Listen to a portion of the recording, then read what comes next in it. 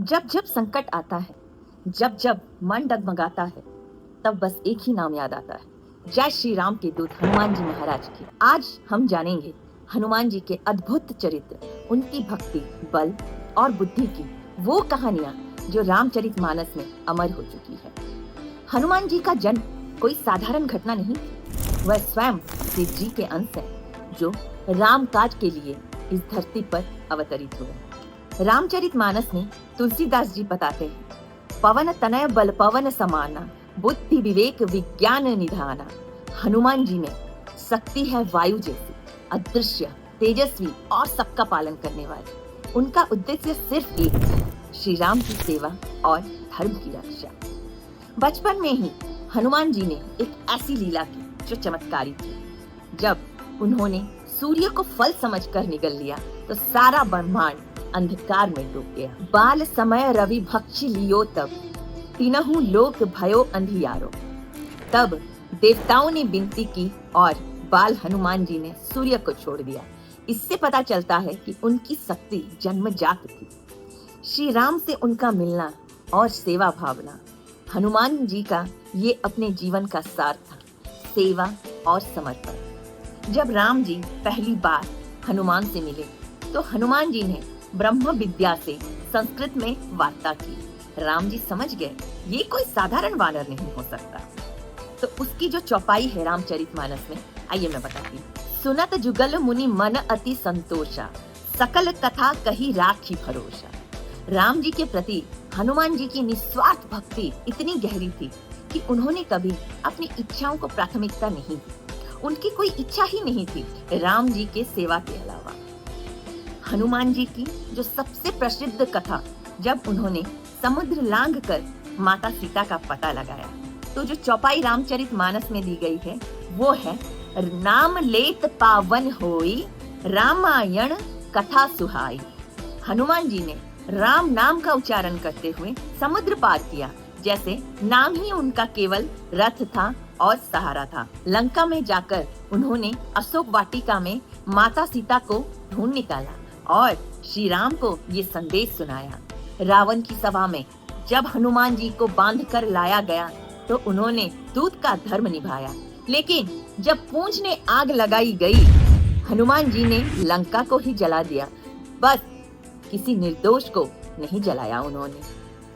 जो चौपाई है रामचरितमानस में वो है, हनुमान ते ही अवसर जायो, लंका जलाई सिया सुधी लायो। हनुमान जी की शक्ति में क्रोध नहीं बल्कि न्याय और धर्म की रक्षा थी। जब लक्ष्मण मूर्छित हुए तो संजीवनी बूटी लाने का कार्य भी हनुमान जी को ही सौंपा गया। उन्होंने पूरे पर्वत को ही उठा लिया क्योंकि उनको समझ में ही नहीं आ रहा था और उनको ऐसा लग रहा था कि समय हाथ से निकला जा रहा है, इसमें से संजीवनी बूटी का पेड़ कौन सा है। तो उन्होंने अपने पूरे बल से उस पर्वत को ही उठा लिया। चौपाई था ऐसा रामचरितमानस में, गिरी उठाए लाए प्रभु पासा, रघुपति कहें बहुत उपकारा। हनुमान जी ने न केवल संजीवनी दी बल्कि युद्ध में भी निर्णायक भूमिका निभाई। राम जी ने ये स्वयं कहा, हनुमान ते सम नहीं प्रिय मोरे। रामायण के अंत में राम जी ने उन्हें अमरत्व का वरदान दिया, क्योंकि भगवान राम जानते थे कि कलयुग में ऐसा कोई नहीं होगा जो केवल निस्वार्थ भाव से भगवान की सेवा करे और जो हर पल अपने आप को भगवान को समर्पण करे। और हनुमान जी अगर इस कलयुग में रहेंगे तो हो सकता है वो किसी ना किसी माध्यम से अपनी भक्ति से, अपनी डिवाइन एनर्जी से कुछ लोगों तक, कुछ भक्तों तक ये एनर्जी अपना ट्रांसफर करें, जो कि ये समझ सके कि हाँ, भगवान के अलावा और कोई सहारा नहीं।